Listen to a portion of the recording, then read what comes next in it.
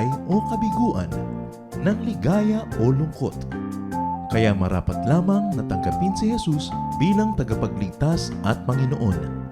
At matapos yun ay panariwain ang katapatan at paglapit sa Kanya bawat araw o day by day. Ang day by day ay naglalayong umalalay sa pang-araw-araw na pamumuhay. Narito po si Kuya Ed Lapis sa mensaheng pinamagatang Nourish the Whole Person.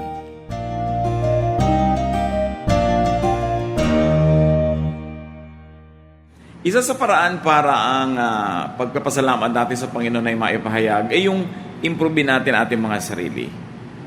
Dahil tayo ay likha ng Diyos at ipinahiram sa atin ng buhay na ito, isa sa mga magandang pagpapasalamat sa Panginoon ay yung maipakita natin kung paano natin inaayos ang ating mga sariling buhay.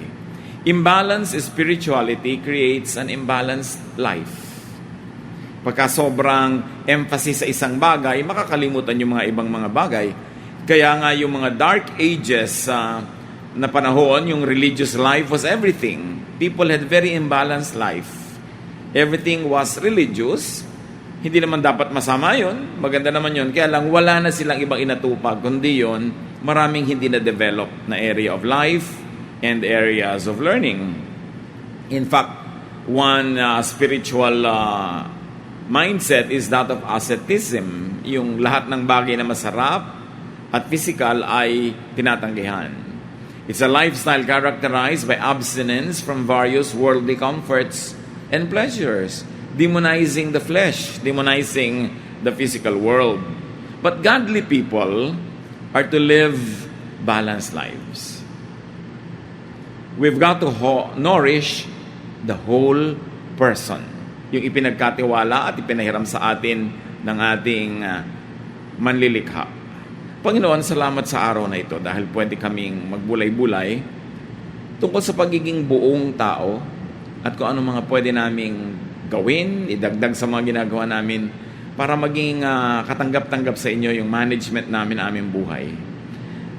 Right now, Father, we ask you to cleanse us, clarify our minds so we can understand your message. Forgive us our sins, our excesses. Patawarin niyo kami sa aming mga kalabisan at maging sa mga pagkukulang. At nawa yung balanse ninyo ang siya maghari sa aming buhay. We ask you, Father, to be our speaker. Gamitin niyo pong lingkod niyo na inyong instrumento lamang. Pero tinig niyo, karunungan niyo ang aming mapulot ngayon. We ask you, Father, to heal us physically, emotionally, and spiritually. And we ask you to bless us with many wonderful practical truths. Lead us unto greater godliness and unto greater knowledge of you. In the name of your Son, Jesus our Lord, we pray with thanksgiving. What is a complete person? Genesis 2:7, the Lord God took a handful of soil and made a man. God breathed into the man, and the man started breathing. So the human personhood is composed of God's breath, the spirit, and the body that came from the ground. Isa yan sa mga pinaka-basic beliefs of Christianity. That God created human beings as a combination of physical and spiritual components. And both components are God-given. Both are important and integral parts of humanity. Nagkaroon lang nga ng mga uso ng mga ascetic beliefs na minamasama ang lahat ng bagay na may kinalaman sa physical world. Pero nalilimot natin na ang physical world ay likha din ng Diyos. At ang likha ng Diyos ay maganda, mainam. Humans are of the spirit, soul, and body. Sa 1 Thessalonians 5:23, mas may na-clarify na component ng ating buong pagkatao. May your spirit, soul, and body be kept healthy and faultless. Inisa-isa yung spirit, soul, and body, and we know that the spirit is the element that comes from God and returns to God when the body dies. And the body is that which comes from the ground, which returns to the ground when the body dies. And the soul is the personality. It is the character It is what makes every human being unique. Kasi lahat naman may spirit ng Diyos, lahat merong element ng lupa, pero yung personality, yung soul ang nagpapayunik sa bawat isa. Yung ating mga ugali, yung ating mga alam, damdamin, mga tendencies, this is our soul. But first of all, we should develop our spirit. Kasi pinakamahalaga yung spirito mo eh. So develop the Spirit of God in you because it is your spirit. Nourish your spirit. Sabi ng iba, paano po namin papakainin ng spiritual na pagkain ng aming spirito?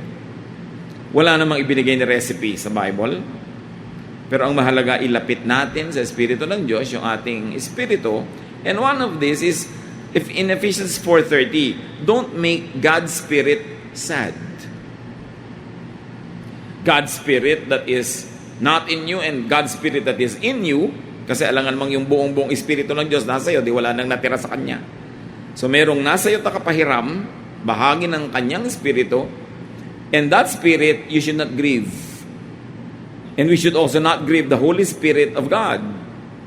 And usually when we commit sin, especially willfully, stubbornly, we grieve the Spirit.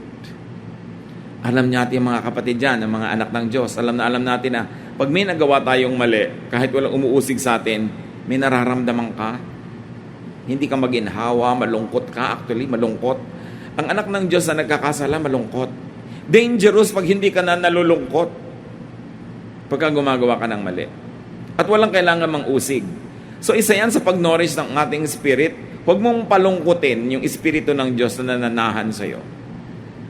Ibig sabihin, huwag kang gumawa ng mga bagay na nagpapalungkot sa espiritu ng Diyos. Na nararamdaman mo rin sa sarili mong puso, yung ganong mga lungkot. Listen to your spirit. Diyan kumisa nagkakaroon ng magkaibang tinig. Yung tinig ng iyong katawan na may gusto at gawin at yung tinig ng espiritu na kakontra nung gustong gawin ng katawan. Hindi lahat ng gusto ng katawan ay kontra sa espiritu. Pero merong kakontra. Dapat pakikinggan yung espiritu. 1 Timothy 1:19, you will be faithful and have a clear conscience. Some people have made a mess of their faith because they didn't listen to their consciences. So another aspect of our spirit is our conscience. Pakinggan ang konsyensya. Pakinggan ang budhi. Hindi lahat ng sinasabi sa iyo ng konsyensya mo na masama ay masama. Kasi merong akala mo lang masama because you were conditioned culturally to consider it as bad. And therefore you feel bad, but it doesn't mean that it's really the Spirit of God feeling bad, but just your emotion, your personality, which is also part of your personal spirit. Meron naman na gumagawa ka ng mali, you don't feel bad. Although the Spirit of God feels bad about it, but you don't feel bad about it anymore. Why? Pag sobra mong inulit-ulit ang isang mali, mamaya, desensitized ka na. You don't feel bad anymore. And not feeling bad doesn't mean it is not bad. You just don't feel bad. Parang kalyo, hindi na nasasaktan dahil sobrang dami na ng contact with friction. So ganun din ang puso ng isang mananampalataya na hindi nakikinig sa kanyang konsyensya, nagbibingi-bingihan, mamaya nagiging bingi na talaga. And that is a more dangerous situation when you don't grieve anymore when you should be grieving. So sabi sa 1 Timothy 1:19, nako, huwag mong sayangin ang iyong pananalig, huwag mong wasakin ang iyong espiritu at ang iyong konsyensya. Sabi, maraming tao, winasak yung ganyan nila dahil hindi sila nakikinig. So pinapakinggan, it is one way to nourish your spirit, to listen to your conscience. But remember, to a godly conscience, not everything that you were made to feel guilty about should really be should really be guilty for, no? Merong mga sinanay lang tayo ng, let's say, ng religion, o ng particular religious group, o ng parents natin, o ng school, to feel guilty about something. Hindi naman pala. Dahil wala naman sa salita ng Diyos na dapat maging guilty ka tungkol doon. Isa rin yan na freedom, mga kapatid, na dapat ay na raranasan ng mga anak ng Diyos. Na huwag ka nang mag-guilty, hindi ka naman dapat nag-guilty. Kasi kung minsan, may dati ka ng set of guilt na hindi naman galing sa Diyos, cultural lang, Pagkatapos, dadagdag pa yung mga religious guilt na galing sa awareness mo that you are breaking the laws of God, lalo lang na puno ng guilt yung buhay ng tao nung naging relihiyoso siya. Kaya kumisan marami nagtatanong din sa akin, bakit po maraming religious people mahirap kasama? Mahirap makasundo. Bakit sila tong maramdamin, sila tong magagalitin, sila tong kumisan malulupit sa kapwa? Kasi nga, maraming dalang guilt na madalas hindi naman kailangang dalhin. Siyempre, nabibigatan, nahihirapan ang loob, and you cannot give what you do not have. And when you do not have peace, when you do not have contentment, and you do not have personal happiness in your life, how can you give that same happiness to other people?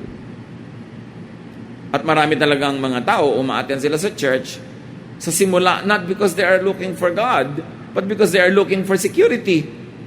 But because they are looking for cure, they are looking for help. Kaya maraking porsyento ng mga tao ang nakakakilala sa Panginoon at nag-church ang simula dahil nagka-problem.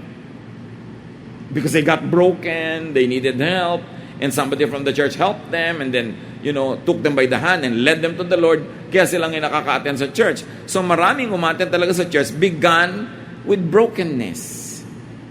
And when you consider that, then you will have room to understand why so many people in the church are behaving this way. Some have not fully recovered from that brokenness. Some never get to recover all their lives because they never get to really obey, or they never really get to find the right rules to obey. Kaya kuminsan, maraming gulo sa mga fellowships.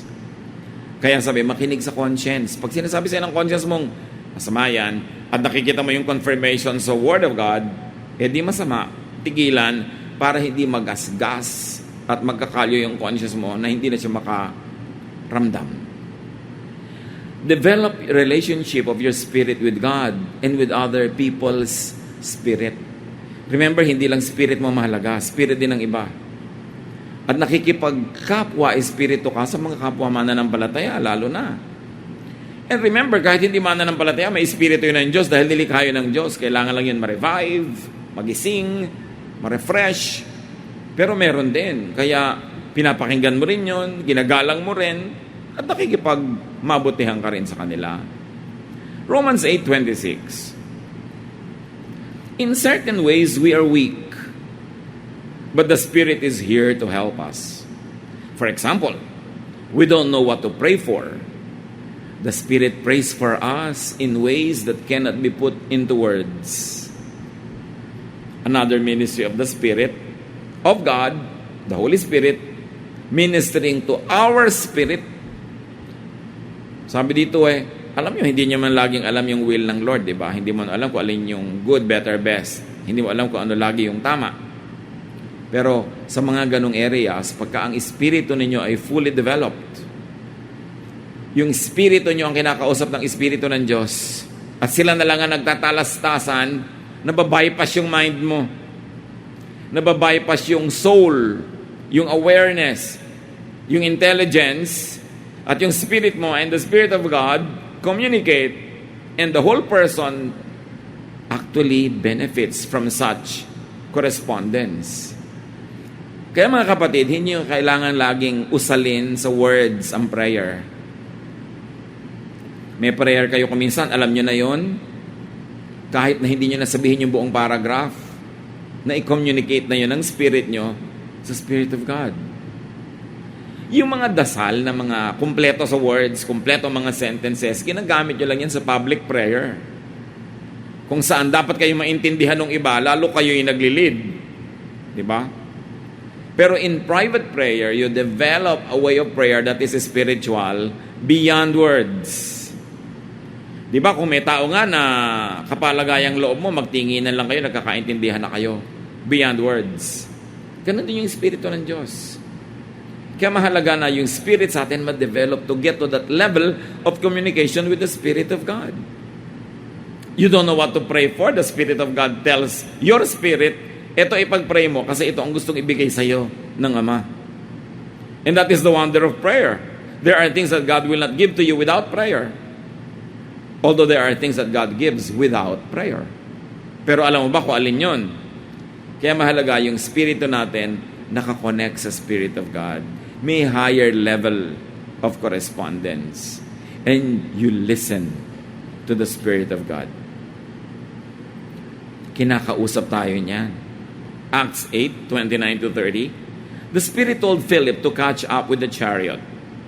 And actually, the rest of the story is not relevant anymore. Pero yung Spirit ang nagsabi kay Philip what to do. May mga nagtatanong, paano po ba kinakausap ng Diyos yung mga tao sa Bible noon? Yung sinabi nila, and God said. Diba? Alam nga namang may loudspeaker from heaven. O tinext siya, o in-email ba siya ng Diyos? It is the Spirit of the godly person being addressed by the Spirit of God. Yun yung correspondence. And then yung tao, i-express niya ngayon in human words kung gusto niyang ipaalam sa iba kung ano yung namagitan sa communication nila. And this is where imperfection can come in.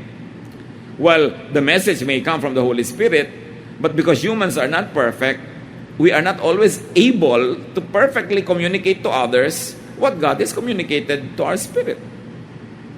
And also, we are not always able to perfectly decipher and interpret the message of the Spirit to our spirit. Kaya nga sabi ko lagi, hindi tayo dapat masyadong dogmatic. Sa mga bagay na spiritual, mag-iiwan ka ng lugar na pwedeng meron kang error. Kasi human ka, and a spiritual experience translated into human words will have limitations.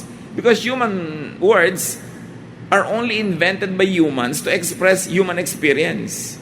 And not everybody is eloquent. Not everybody could speak well. Kaya pag may sinasabi ang tao, huwag kang laging magalit agad o matuwa agad kasi baka hindi naman talaga yun ang ibig niya sabihin. Baka hindi lang siya eloquent. Hindi lang articulate. Kaya ang kinukuha mo, pag magulo yung letter of the sentence, you get the spirit of it. Pag may nakikipag-usap sa'yo, halimbawa, hindi siya Tagalog, tapos Tagalog ka, meron siyang sinabi, pwede mong isipin na, baka hindi lang siya eloquent, baka hindi yun ang talagang ibig niya sabihin na detail. So, kukuhanin mo yung pinaka-general idea and then doon ka mag-operate. Not on the details. Usually, pinag-aawayan ng mga tao yung detail. Ba't mo sinabi to? Ba't mo sinabi yun? Ipapako ka sa every word. And sometimes, that's a problem in scholarship din sa Bible. Puro detail. Ang pinag-aawayan ng mga tao, mga doktrina, detail, detail, detail. Samantalang, dapat bigyan ng space the possibility of the details not being so exact. Because malaki ang gap between the spiritual world and the material world. And an idea and a word that is supposed to express that idea. But in any case, to make a long story short, kailangan meron kang lugar na nakikinig ka in a spiritual way, beyond, above, and sometimes below the mind. Hindi naman kasya ang Diyos sa ating brain Pero kaya niyang manahan doon at makipag-usap. Sa marami tayo hindi maintindihan ng maliwanag na maliwanag. That's why you have to be a little bit tentative about things. Don't go to quarrel about things. Especially things you are not sure about. And that's how you develop your spirit. Nakikiramdam. Nagmamatsyag ka kung merong message sa iyo ang Diyos. Again, pwedeng pasukan niya ng entry point ng mga error.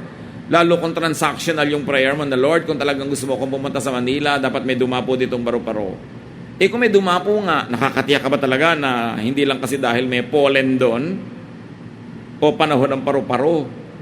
So, mahirap pakipag-deal sa Lord ng ganun, pero may ganun din pakikipag-deal kahit sa Bible. And what we're trying to say is, develop that kind of spirituality where you can feel beyond reason or beyond intelligence. And then operate on that ever so cautiously. Now, develop your soul. Ito, mas madali. Kasi siguro kung papadaliin natin, how do you develop the spirit? Yung lahat ng alam mong tama, sundin mo, magpakabuti ka, sundin mo konsyensya mo, manalangin ka lagi, makinig ka sa panalangin, sa mga leading sa'yo ng Panginoon, i-test mo, pag ginagawa mo na, kung yun nga ba talaga, and then nade-develop yung spirituality. But you develop your heart, because your soul means your heart or your feelings, your mind or your thoughts, your knowledge, your emotion. Kung pinagsama-sama mo yan, this is what really called soul. Don't confuse the soul with the spirit. Yung soul, yung pagkatao mo, yung gusto mo yung color na pula, gusto mo umiinom ng buko, that's the soul, no? Yung magagalitin ka o matampuhin, that's the soul at work. Yung ikaw na ikaw, produkto ng mga karanasan mo, natutunan mo at di mo natutunan, mga saya mo at lungkot, that is the soul. Know and get knowledge and keep learning. Because awareness or knowledge is part of your soul. Iba na yung marami kang alam kaysa konti. Kasi mas marami kang choices how to understand something. Kaya kung marami kang words na alam, you can understand more, you can understand a sentence more. Kung mekaniko ka, mas marami kang tools, mas marami kang magagawa. That's why more knowledge, better. Proverbs 18:15, an intelligent mind acquires knowledge, and the ear of the wise seeks knowledge. Huwag tayong magsawa, tumigil na mag-aral, na madagdagan ang kaalaman. Huwag tamarin. Pag hindi mo alam, alamin. Kasi yun ang mga pinto na pwedeng pasukan ng maraming revelation through the mind. So pagka masyadong limitado, konti lang yung mga pinto mo at makikipot, konti lang makakapasok. At konti rin ang makakalabas ng mga ideya. So, duty natin sa ating sarili mga kapatid, patuloy na dumami ang kaalaman. Sa maraming bagay, hindi lang doon sa gusto mong bagay, na specialist ka doon, tas wala ka ng kamuang-muang sa lahat ng ibang bagay. Proverbs 18:15 tells us that we should acquire knowledge. Be aware, dapat maging gising, mulat ang isip. Temper, flavor, and imbue your knowledge with reason, with wisdom, with conscience. Knowledge without conscience can be a monster. Kaya maraming rumurunong nagiging hindi makadiyos lalo kasi nagagamit nila yung karunungan sa mali. So kailangan kung ano man ang natututunan natin, dinadala natin sa paanan ng Panginoon, pinapadaan natin sa salaan ng Scripture, at yun ang nagiging korte ng kahulugan sa atin ng ganoon. Imbue religious thought and teaching with kindness, goodness. Dapat mas rumurunong ang tao, mas mabait, mas mumubuti. Kasi yun ang purpose ng karunungan. At syempre, mas tumatanda ang tao, mas rumurunong, dahil bukod sa nalalaman ng iyong mind, ang iyong intellect, nadadagdag niya ang experience. And a truly experienced person will understand others more. Kaya iba sasabihin nila, mabuti pa pag lola na, mabait, kaysa pagka yung magulang pa lang. Kasi mas understanding na. Kasama na rin yung isa, mas tamad na rin kasi, mas pagod na. No? Kaya mas nagiging indulgent. Pero ang totoo nun, mas lumalawak ang isip. Temper knowledge with spirituality. Dapat yung karunungan laging isinasubmit sa spirit. Kasi pagka hindi, magiging mapagmalaki ang karunungan. So let the Spirit rule over knowledge. Humans are balanced. Humans have to be balanced. Isang magandang modelo at paborito ko pong laging gawing example, yung Luke 2:52. Jesus became wise, intellect, no? And he grew strong, physical. And God was pleased with him, spiritual, and so were the people, social. So Jesus grew to be a balanced person, mentally, physically, socially, and spiritually. Huwag niyong isipin mga kapatid na dahil tayo ay maka-Diyos, anak ng Diyos, puro spirito. Ang model ni Jesus, dinevelop din ang katawan, he grew strong. No? Dinevelop din yung isip, kaalaman, katalinuhan, yung pakikisalamuha at pakikipagkapwa-tao, hindi pinabayaan. That's why the favor of the people was with him. Hindi ko mo religious ka, kaaway mo lahat. Hindi ka na nakikisama, hindi ka na nakikitungo sa mga tao. And because of that, God was pleased with him. So Jesus developed physically, mentally, socially, spiritually. Very balanced.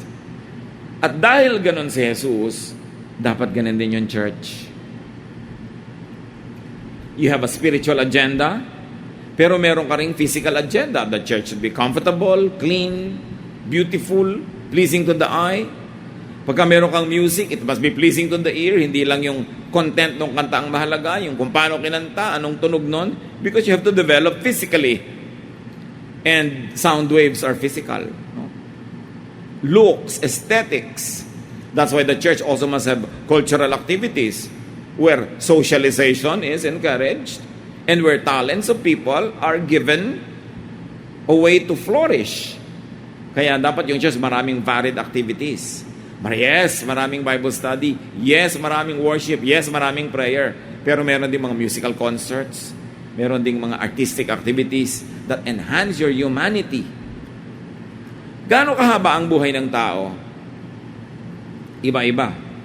Ipagpalagay na natin yung mahaba talaga, 90, 95, 100, 105. Dapat maraming mangyari sa buhay na yon. Physical, mental, social, and spiritual development and fruitfulness dapat maganap. Ang bawat isang buhay ay parang buto. A seed is a promise. May hawak kang buto ng sampalok, pero tingnan mo yung malaking puno ng sampalok, puno ng santol o mangga, dapat yung buto maging ganon. Pag nanatili lang siyang buto, hindi natupad yung promise. Ganon din ang tao. Ang tao, pag isinilang para siya isang buto, merong dapat mangyari. Dapat siyang ma-develop. Kung magaling siya sa math, hayaan siyang maging math wizard. Kung mahusay siya at called siya to dance, hayaan siya maging good dancer or choreographer. Maging musician, maging engineer, maging doktor. Nakatakda yun. Kasi bawat tao may genes. Predetermined, hindi yung every detail of your life, but the general direction.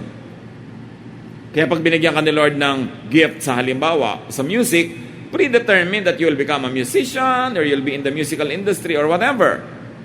At yun ang dapat mangyari sa'yo para mabuo yung pagkatao mo dahil nilikha kang ganun. Sadly, may mga hindi natutuloy. Kasi ayaw ng magulang. Hindi ka pwede maging musician, walang pera dyan, magdedentista ka. Diba? So nagiging dentista naman, sumasaya rin naman kahit paano, pero yung talagang tunay na pangako, hindi natupad, hindi nangyari. Kaya mga kapatid, isa sa mga gifts natin sa ating kapwa, lalo sa mahal mo sa buhay, lalo't may authority o influence ka sa kanya is, palayain mo. Huwag mong sikilin. Huwag mong sakalin. At huwag ikaw ang mag-determine kung anong mangyayari sa buhay niya. Dahil lang nabasa mo yon, dahil sa iyo ito nangyari, dapat mangyari rin sa kanya. Iba-iba ang mga tao. Kaya pag tayo informed, lumalawak ang isip mo, mas nagiging maunawain ka. Hindi mo ipipilit ang gusto mo na maganap sa buhay ng iba. Kanya-kanya tayo ng takda.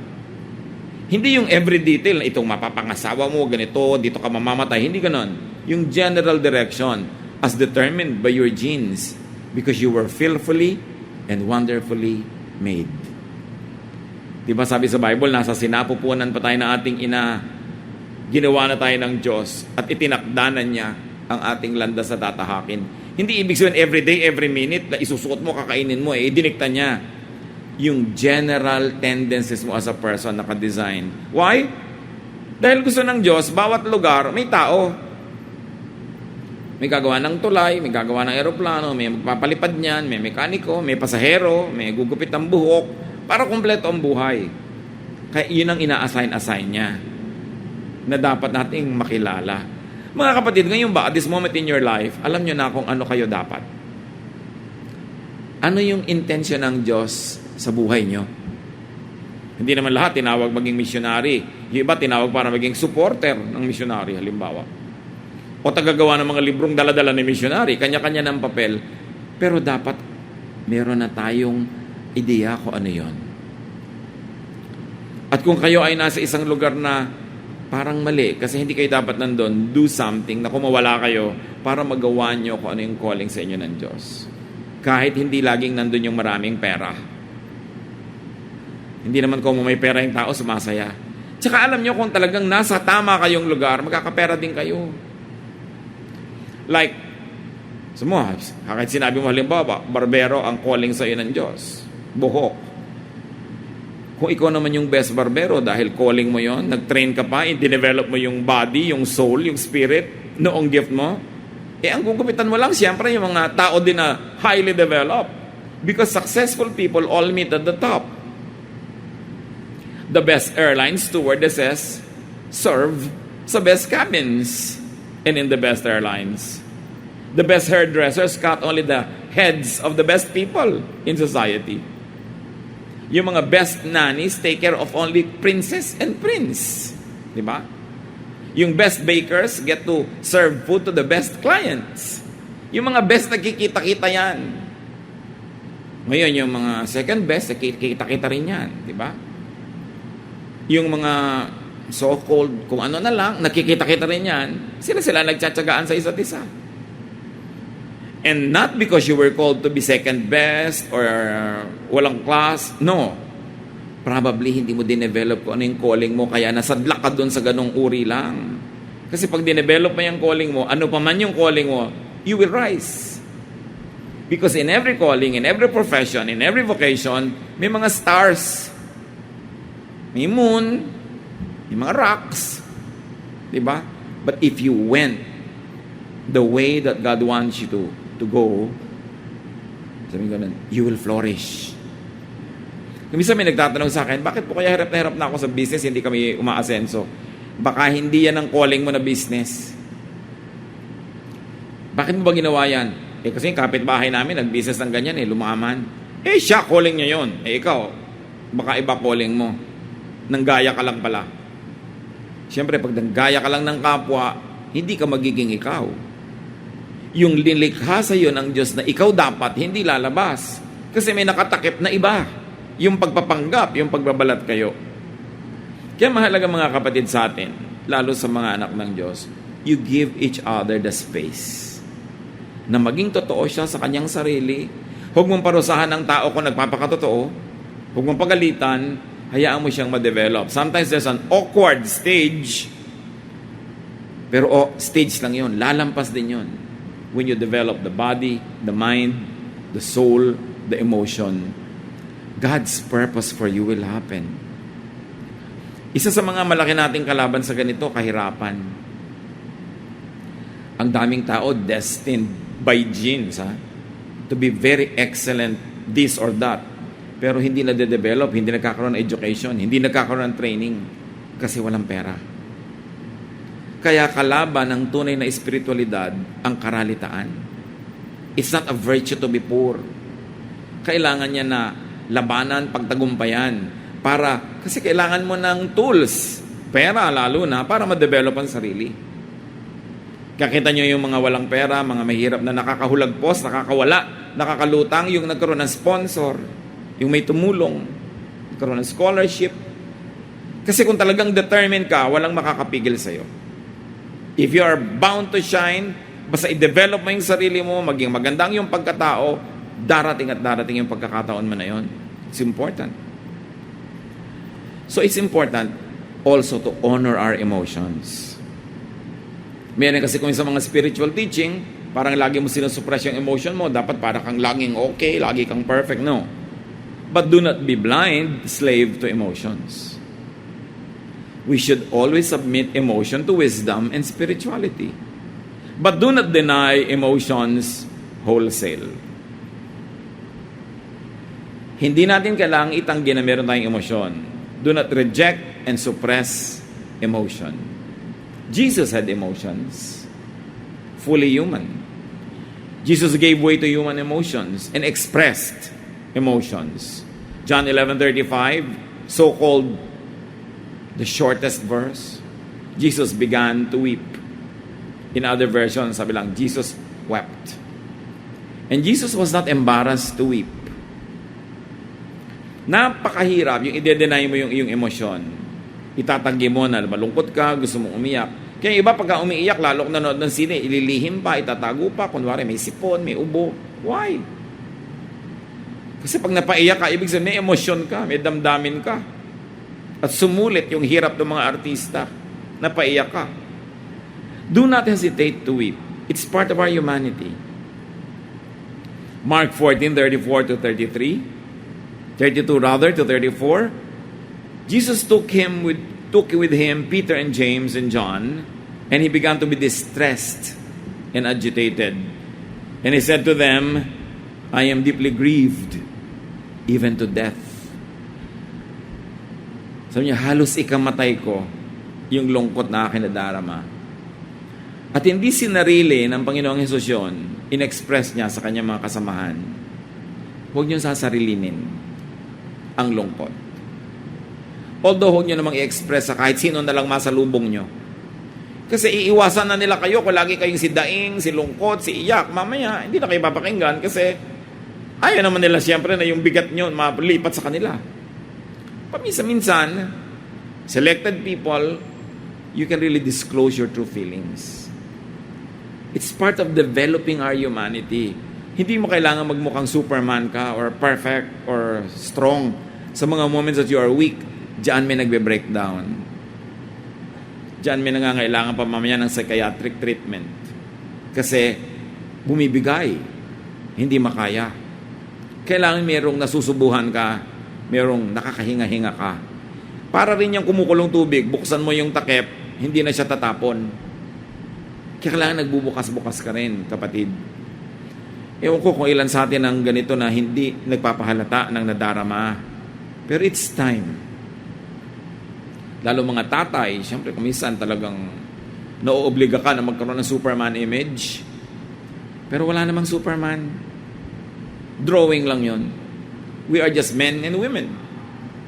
And it's important that we acknowledge our feelings. Grief affected Jesus. Matthew 14:14, when he went ashore, he saw a great crowd, and he had compassion for them and cured their sick. One time when the Lord was traveling, when he saw the city of Jerusalem, he was moved to tears. Sa awa sa mga tao doon na ligaw at kawawang-kawawa ang kalagayan. Nagpapadala siya sa damdamin. Basta yung damdamin ay hindi masama.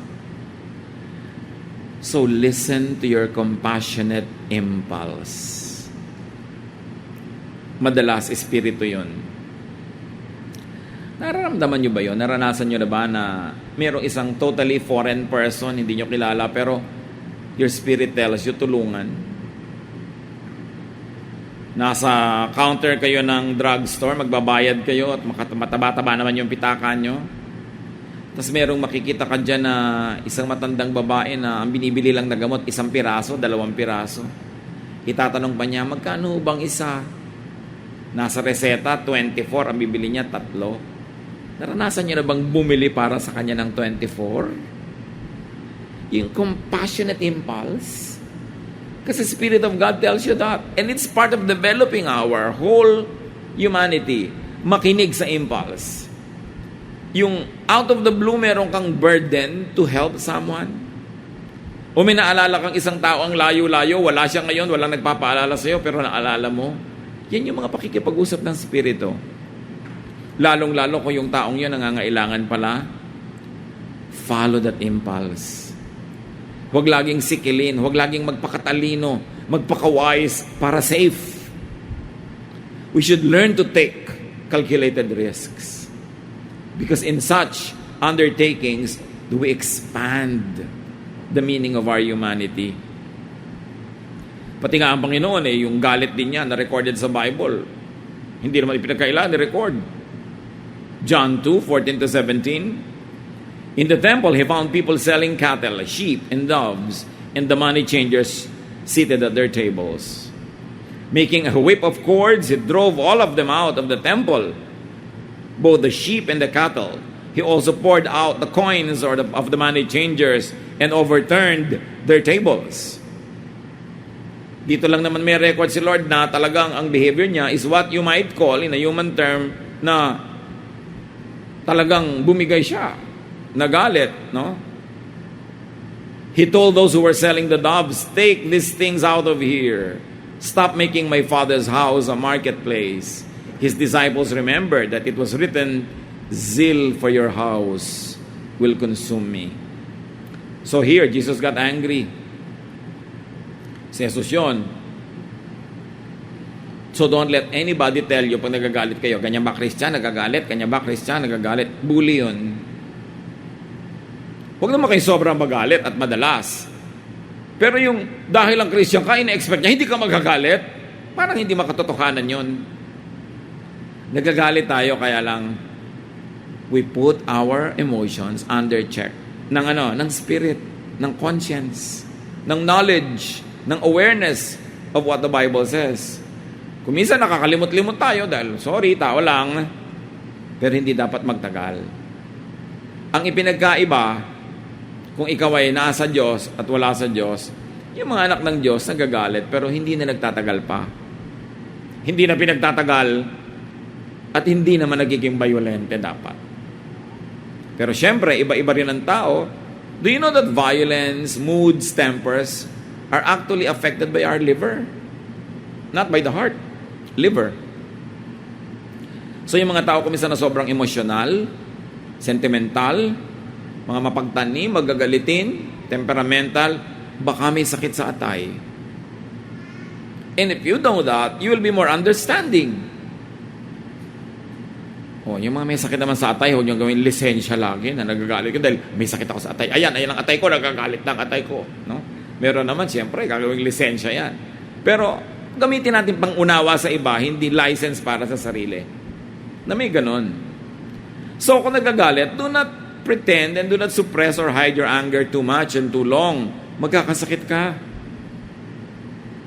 May nagtanong sa akin, pagka galit na galit ako, ano pong dapat kong gawin para hindi naman ako makasakit ng damdamin pero gusto ko talaga sumigaw? Well, kung may kwarto o banyo, pumasok ka doon, sumigaw ka para mailabas mo.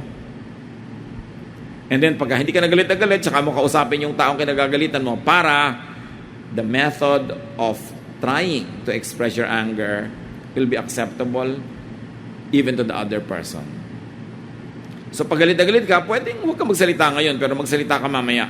Lalo kung alam mo na yung galit mo magtatagal, pagka hindi na deal, pagka hindi na ayos, kailangan mo yung express. Pero huwag during the height of your anger because you will be ruled by your emotion. But part of being human is getting angry, especially kung righteous indignation. Nagagalit ka sa mali, dapat ka magalit sa mali. Something's wrong with you pag hindi ka galit sa mali. Alam nga namang natutuwa ka sa mali. Pero yung paraan ng pagdadala ng anger, kuminsan lumalabis tayo, nagiging emotional, baka nga yung liver issue at that moment, siyang nangibabaw. Pero dapat atras ka, atras. Ay, mali, sorry. Kailangan madali tayong mag-sorry. Madali tayong humupa ang loob. Ganun yung mga anak ng Diyos. Pero nagagalit tayo. Hindi pwedeng hindi kasi may emosyon ka. So express anger appropriately and proportionately. Dapat bagay naman do sa offense. Sobrang nagalit si Jesus kasi ginawa na nilang kalakalan yung temple. May money changers, may mga dayaan, etc. etc. At kasama nga kasi sa pagdadala ng mga hayop, yung mga offering mo, para mapagod ka magdala ng hayop, para mas indahin mo yung pagbabayad mo ng kasalanan. Pero kung doon sa may pinto, may mabibili ka ng hayop doon, dumali masyado. Kaya na didefeat yung purpose ng mga offering. That's why the Lord was offended. So Mark 2:15-16, and as he sat at dinner in Levi's house, meaning Jesus, many tax collectors and sinners were also sitting with Jesus and his disciples. For there were many who followed him. When the scribes of the Pharisees saw that he was eating with sinners and tax collectors, they said to his disciples, "Why does he eat with tax collectors and sinners?" Ano gusto nating sabihin dyan? Yung social development, hindi mo laging pinipili lang ang sinasamahan mo. Hindi lang yung gusto mo, kundi baka gusto ka nilang nandun. Hindi ka lang sa kailangan mo nakikitungo, yun ding may kailangan sa'yo. Sometimes you go to dinner for charity. Dahil hindi mo gusto, pero gusto nila, kailangan ka nila, nandun ka. Part of developing your spirituality to adjust to the needs of people. Pag dinevelop natin mga kapatid yung ating spirit, soul, and body, we really will become better persons. Kinder and nicer. So connect and reconnect with your soul, with your feelings. with your emotions. And usually, it happens better when you extend yourself and get out of your comfort zone.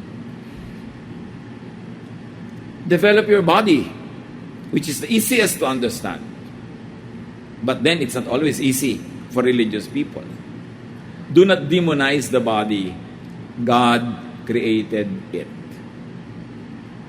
Yung church sobra halimbawa na anti-sex ang dating. Of course, sex in the wrong place and with the wrong people.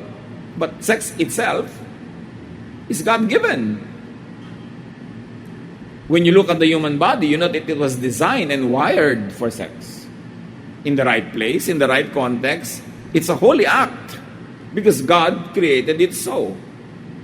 Psalm 139:14, and I praise you because of the wonderful way you created me. Everything you do is marvelous. Of this I have no doubt.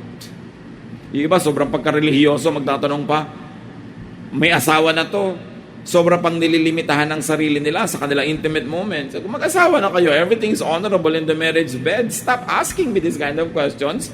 Be free. Kasi sobra yung guilt feeling. Yan yung cultural. You were culturally conditioned to feel guilty about it. It's not the Bible making you feel guilty about it. It's the conditioning. And remember, not every religious thought is really a biblical thought. So kailangan sinusuri mo rin, what am I guilty about? Tama ba ako mag-guilty o na-condition lang ako ng lipunan, ng simbahan, pero hindi naman pala talaga sa Diyos galing ito? Yun ang reviewin. Do not treat your body as an enemy. Tulad yan, sasabihin ng iba, paano naman po kami makakapagsaya may mga naging biktima ng bagyo sa ating bansa? Well, tumulong ka na ba? Nagpadala ka na ba ng mga contribution mo? Nag-volunteer ka na ba? Ginawa mo na ba magagawa mo? Yes. Hindi, magsaya ka. Hindi ka naman gustong palungkutin ng Diyos dahil mayroong malungkot. Kaya lang, huwag kang magsaya na wala ka malang ginawa. Yun. Pero kung may ginawa ka na, huwag mong masamain na nagsasaya ka. Dahil ang lahat ng magandang meal, masarap na pagkain, enjoyable time, is a gift of God. Sometimes it's your reward for doing good. Sometimes it is your preparation for many sad days to come. Alam ba natin kung kailan darating ang lungkot, ang hirap? Hindi. Kaya tuwing may chance ka magsaya, may chance kang kumain, gawin mo na. Kasi baka bukas may dumating na bagay na tatanggal ng gana mo. At least may nakain ka na, meron ka ng sustenance. It's a gift from God to be able to enjoy a good meal or a good time. Don't feel guilty about it as long as you're not stealing it from anybody and you are not being insensitive to the needs of others. But God wants you happy. God wants you to enjoy your life. And part of true spirituality is to know your body. Know its wonder, its function, its purpose, its limits. Pag nanonood ka ng mga sports events, nakikita mo what the body can do. Kahanga-hanga talagang wonderfully made. Yung mga namimisikleta, lilipad mula sa ibabaw ng bundok, pag landing doon sa baba, tuloy ang bisikleta. At nagtatadtad pa yun ng sibuyas. Mga tao talaga, ang galing ng nagagawa ng katawan, ano? So, ang dami palang pwede ko, yung contortionist, nagiging letter 0, letter M, tas ikaw naman, konting taas lang, walang mangyari. Exercise! Di ba? Develop the body. Para maraming magawa, konting lakad, hingal na, liba na lang may sakit. Pero iba, wala lang kasi talagang exercise. But yung iba naman, nakakatakbo ng habang ganoon, buhay pa rin. So yun ang point ko, dapat i-develop mo yan. Kasi bigay sa iyo ng Diyos ang katawan. Respect your body. Observe limits, kasi may limits yan. And respect other people's bodies also. Especially employers, respect the bodies of your workers. Kung yun naman sobrang pagtrabahuhin ng pagkatagal-tagal, wala nang pahinga, respect not only your body, but the body of other people also. And develop and care for your body. Mga obvious na hindi na dapat pag-usapan. Kung sa lahat ay kumpleto yung usapan ngayon. And don't forget, as God's creation, celebrate your body. Like the other creations of God that must be celebrated, celebrate with your body. Use your body to know God and all the godly pleasures allowed by God for you to enjoy. So, nourish the whole person. Regaluhan yung sarili niyo, mga kapatid. Think of your body, your mind, your soul, your spirit. Think of your connection with people. Develop them and get the most out of life. God wants you to have an enjoyable life. Experience the breadth, depth, width, and height of humanity. And there's something I'd like you to remember, my dear brothers and sisters. Only when you experience your full humanity will you be ready to develop spiritually. Kailangan maranasan mo yung sagad na pagiging tao para makagraduate ka sa pagiging tao lang at maging spiritual ka. Kaya maraming tao hindi magiging spiritual kasi yung pagiging tao lang kulang pa eh. Paano ka pa magiging spiritual?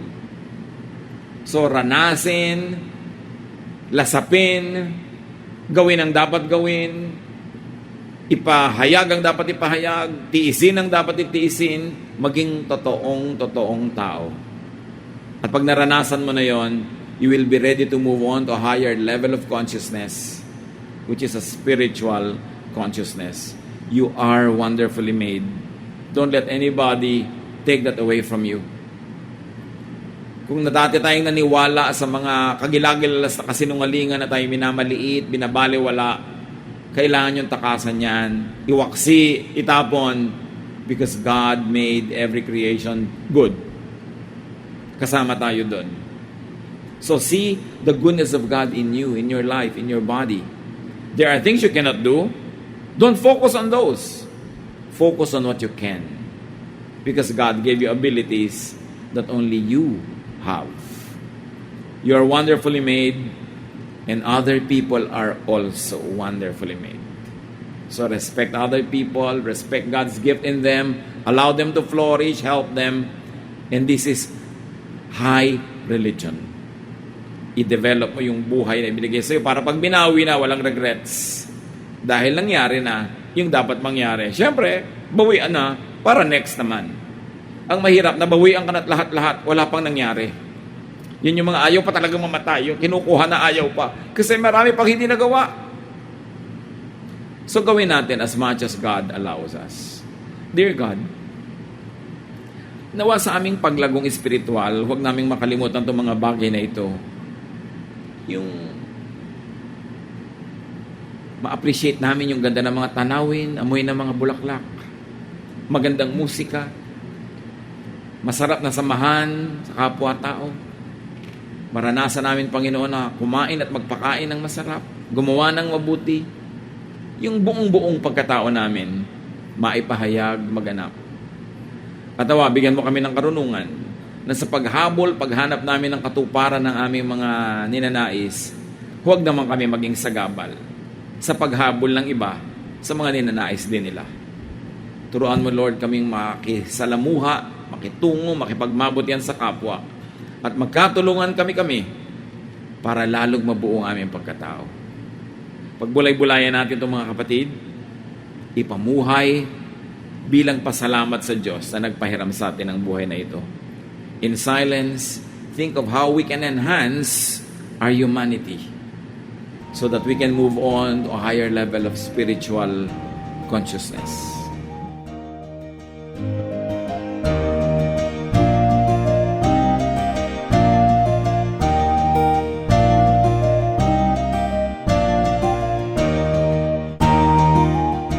Ang katatapos pong mensahe ni Kuya Ed Lapid ay pinamagatang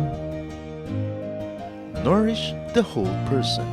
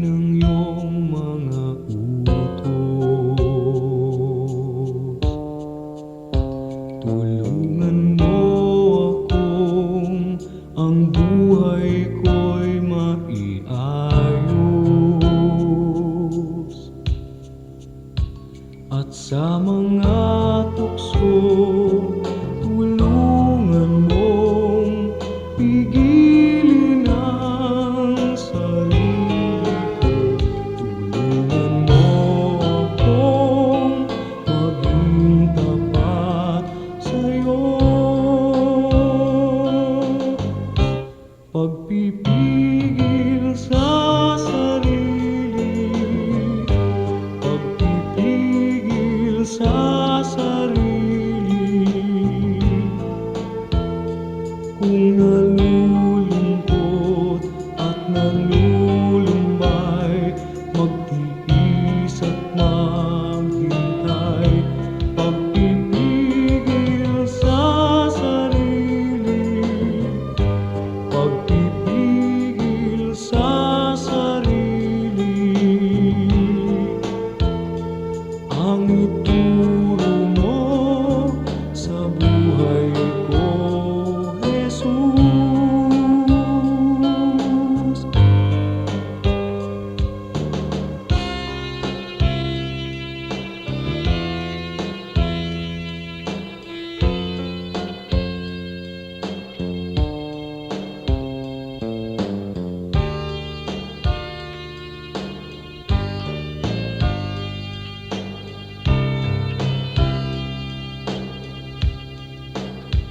At sa mga tukso'y tulungan mong pigilin ang sarili ko.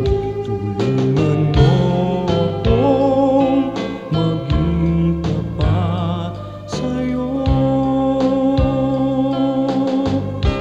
Pagpipigil sa sarili, pagpipigil sa sarili.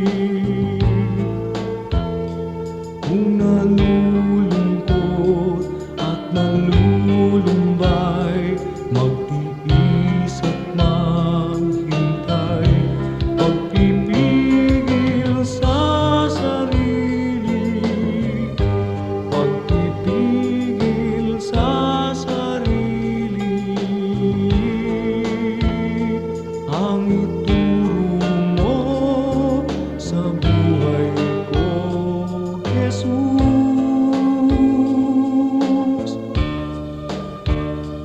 Ang ituro mo sa buhay ko, Jesus.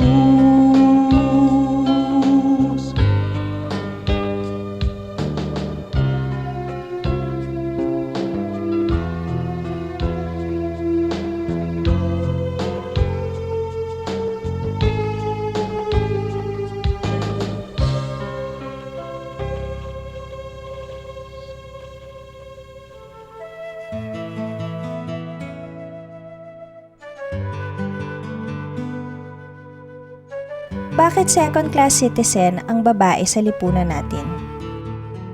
Aba, hindi totoo yan. Ang mga babae nga ay nasa pedestal sa Pilipinas. Ang mga babae ay minamahal, hinahangaan. Ang mga babae ay naghahawak ng budget. Ang mga tatay, hindi naman talaga nagpapasya yan, hindi kumukonsulta sa mga nanay. Sa ligawan na lang, alam na alam mong star na star yung babae. Siya ay talagang tinitingala. Hindi siguro totoo na mababa ang pagtingin sa babae ng buong lipunang Pilipino. Merong mangilan-ngilan na mga lalaki na siguro mababa ang pagtingin nila sa babae, pero sila ang problema, hindi yung babae at hindi yung lipunan.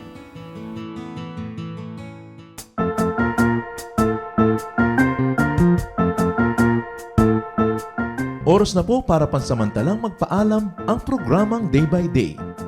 Tayo po'y magsama-sama tuwing ika-6 hanggang ika-7 ng umaga, araw-araw. Magandang umaga po at mabuhay ang Panginoong Hesus!